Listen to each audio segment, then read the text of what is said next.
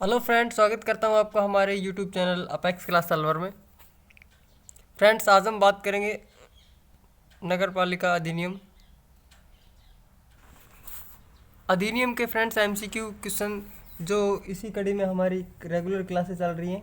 तो फ्रेंड्स, इस वीडियो के अंदर 10 क्वेश्चन होंगे जो व्याख्या सहित होंगे।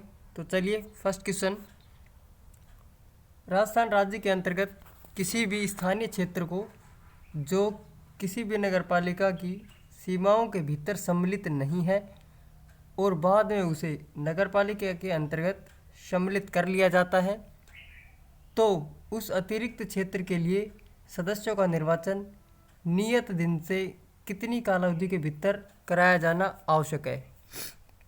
फ्रेंड्स, कोई क्षेत्र है और वो पहले नगरपालिका नहीं थी, पर उसके बाद के अंदर उस जो क्षेत्र है उसको अगर नगरपालिका घोषित कर दिया जाता है, तो उस घोषित किए हुए क्षेत्र को, नगरपालिका क्षेत्र जो घोषित किया गया है, उसको जो उसके लिए जो चुनाव होंगे वो 6 माह के अंदर होंगे। Option number A. ठीक है, चलो व्याख्या देख लेते हैं इसकी थोड़ी। नगरपालिका अधिनियम की धारा जो 3 है उसके अंतर्गत नगरपालिका के परिसीमन से संबंधित है। इसके अंदर जो छावनी बोर्ड के अतिरिक्त, ये वेरी वेरी इंपॉर्टेंट लाइन है कि नगरपालिका का गठन कहाँ नहीं किया जा सकता, ऐसा क्वेश्चन करके आपसे पूछा जा सकता है। तो छावनी बोर्ड के अतिरिक्त जहाँ छावनी बोर्ड होंगी वहाँ नगरपालिकाएं नहीं रहेंगी। ठीक है, ये सबसे इम्पोर्टेंट चीज़ है। और उसका जो निर्वाचन है वो 6 माह की काल अवधि के अंदर अंदर कराया जाएगा। नेक्स्ट क्वेश्चन, राजस्थान में नगरपालिका संबंधी प्रावधानों के अनुसार निम्नलिखित में से किस क्षेत्र में नगर परिषद की स्थापना की जा सकती है। तो देखिएगा, इसका उत्तर होगा प्रत्येक लघुत्तर नगरीय क्षेत्र। यहाँ मैं थोड़ा सा फैक्ट बता देता हूँ आपको। 3 तरह के वो होते हैं एरियाज। जैसे एक होता है संक्रमणशील। फ्रेंड, जो संक्रमणशील क्षेत्र होता है वहाँ पे स्थापना होती है नगर पालिका की। दूसरा होता है लघुत्तर निकाय, वहाँ पे जो स्थापना होती है वो होती है नगर परिषद की। और एक होता है वृहत्तर क्षेत्र। वृहत्तर क्षेत्र यानी कि वृहत्तर का मतलब सबसे बड़ा क्षेत्र, वहाँ स्थापना होती है नगर निगम की। ठीक है, ये तीनों चीज़ें इंपॉर्टेंट है, आपसे मिलान करके आगे क्वेश्चन पूछा जा सकता है। तो देखिएगा, नगर पालिका अधिनियम 2009 की जो धारा 5 है, उसकी धारा 5 के अंदर क्या दिया हुआ है, नगर पालिका की स्थापना और नियमन। इसके अनुसार प्रत्येक लघुत्तर नगरीय क्षेत्र में एक नगर परिषद की स्थापना की जाएगी। ऐसी प्रत्येक नगर परिषद उस नगर की प्रति निर्देश से नगर पालिका जानी जाती है। और जो लघुत्तर नगरीय क्षेत्र होता है उसके अंदर जनसंख्या 1 लाख से 5 लाख के अंतर्गत होनी चाहिए। ठीक है फ्रेंड्स, चलिए नेक्स्ट, राजस्थान नगर पालिका अधिनियम का अध्याय 12 किस चीज़ से संबंधित है? नगर पालिका की शक्ति और अपराध से।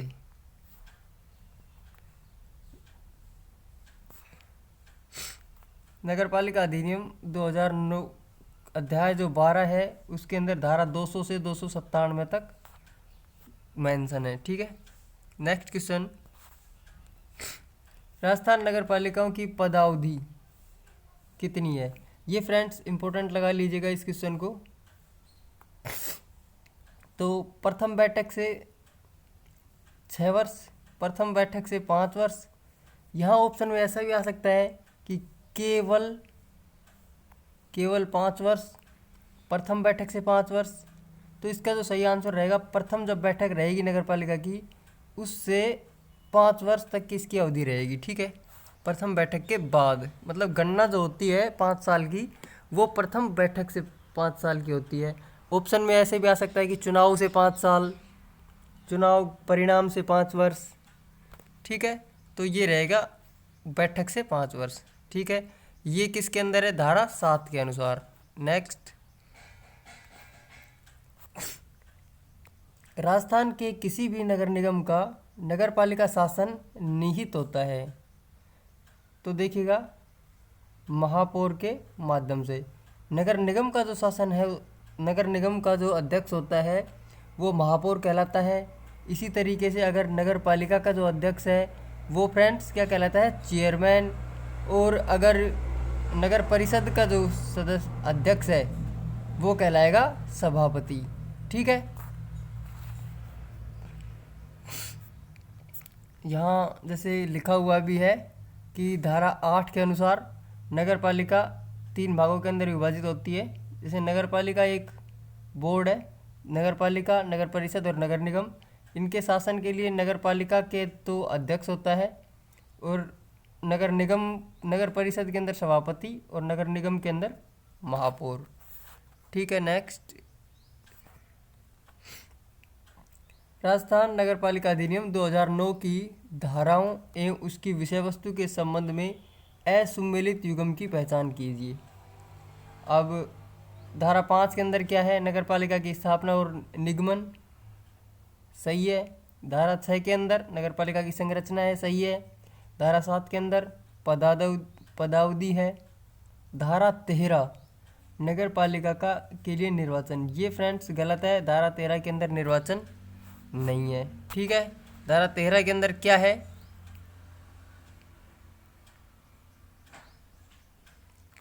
धारा 13 जो है वो निर्वाचक नामावली से संबंधित है, निर्वाचन से संबंधित नहीं है। ठीक है।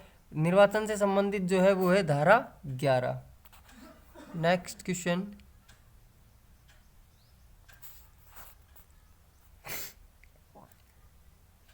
राजस्थान नगर पालिका कार्य संचालन नियम 2009 के अनुसार आवश्यकता की दशा में या लोक महत्व के मामले में किसी भी समय नगर पालिका की बैठक बुलाने हेतु कौन प्राधिकृत है? तो इसका सही आंसर होगा नगर पालिका का अध्यक्ष। फ्रेंड्स, यहाँ अगर एक शब्द ऐसा भी लिखा सकता है कि पीठासीन अधिकारी। अगर पीठासीन अधिकारी अगर लिखा आ जाए तो अधिक महत्वता पीठासीन अधिकारी को देंगे और सही पीठासीन अधिकारी ही लगाएंगे। ठीक है।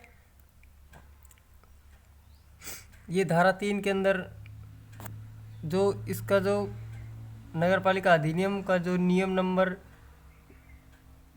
3 है उसके अनुसार आवश्यक दशा में लोक महत्व के मामले नगर पालिका का जो अध्यक्ष है वो किसी भी समय बैठक बुला सकेगा। ठीक है। नेक्स्ट क्वेश्चन,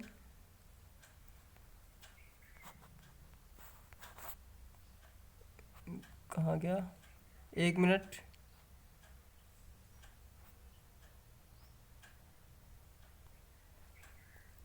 राजस्थान नगर पालिकाओं के निर्वाचन हेतु निर्वाचक नामावली, अभी बताया था निर्वाचक नामावली को किसके अंदर है, धारा 13 के अंदर। जबकि निर्वाचन जो है वो है धारा 11 के अंदर। के संबंध में निम्नलिखित कथनों पर विचार कीजिए। कोई भी व्यक्ति एक से अधिक वार्डों की निर्वाचक नामावली में रजिस्ट्रीकृत के लिए हकदार होगा। तो फ्रेंड्स, कोई भी व्यक्ति है वो केवल उसका रजिस्ट्रेशन जो होगा एक वार्ड के अंदर ही होगा। एक वार्ड से अधिक जो निर्वाचक नामावली के अंदर, ना ही तो उसका रजिस्ट्रेशन होगा और ना ही एक से अधिक वार्डों के अंदर वो अपना मत दे सकेगा। ठीक है। तो इस तरीके से ये हो गया गलत।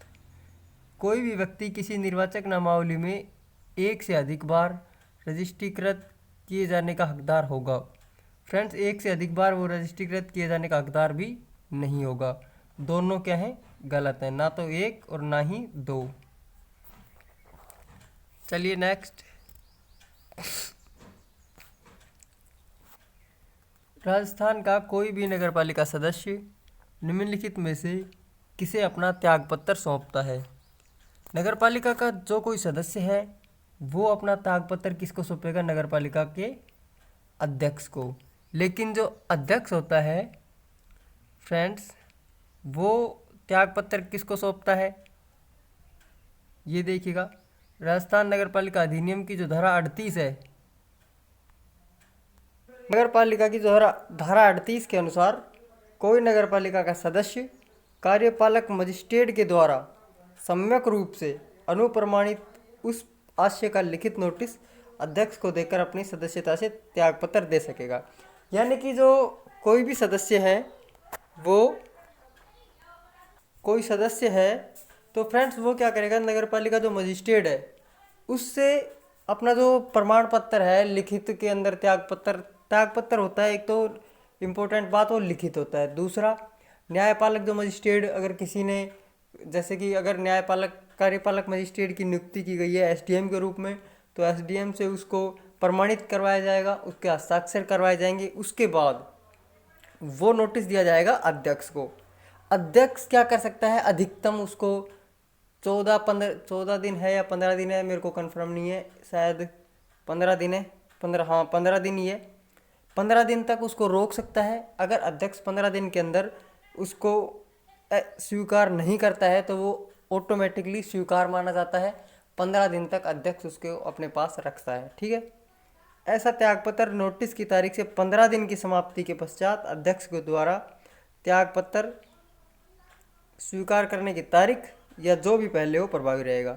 या तो 15 दिन के अंदर अध्यक्ष जो है उस त्यागपत्र को स्वीकार कर लेगा, अगर नहीं करता है तो 15 दिन के बाद वो स्वतः ही स्वीकार मान लिया जाएगा, ठीक है।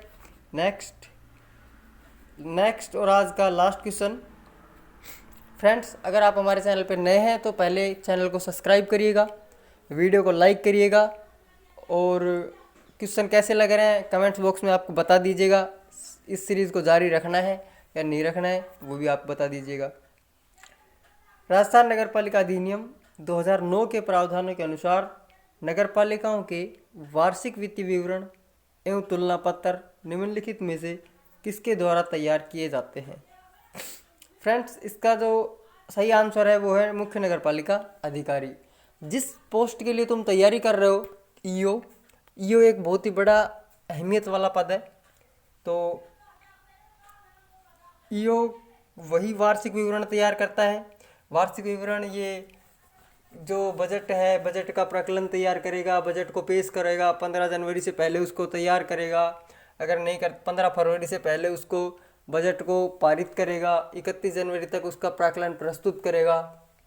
ये चीज़ें, ये जो वार्षिक वित्तीय विवरण है वो मुख्य नगरपालिका अधिकारी के द्वारा किया जाता है, ठीक है। तो देखिएगा, राजस्थान के वर्तमान नगरपालिका संबंधी प्रावधानों के अनुसार मुख्य नगरपालिका अधिकारी किसी वित्तीय वर्ष की समाप्ति के 3 माह के भीतर एक वित्तीय विवरण, जिससे पूर्ववर्ती वित्तीय वर्ष के लिए नगरपालिका के लेखाओं के संबंध में आय और व्यय का लेखा, प्राप्तियां, संदाय का लेखा, पूर्ववर्ती वित्तीय वर्ष के लिए नगरपालिका की अस्तियों के दायित्व का एक तुलना पत्र तैयार करवाएगा।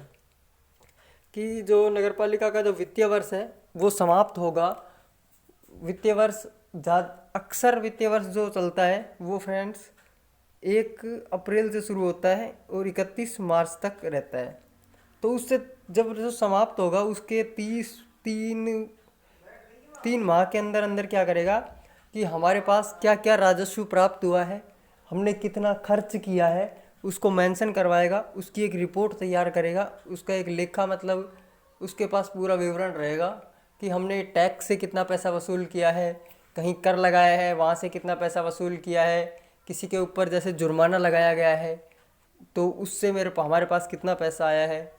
इन चीज़ों को वो मेंशन करेगा, ठीक है। अगर वीडियो अच्छी लगी है तो वीडियो को लाइक करें, चैनल को सब्सक्राइब करें। ओके।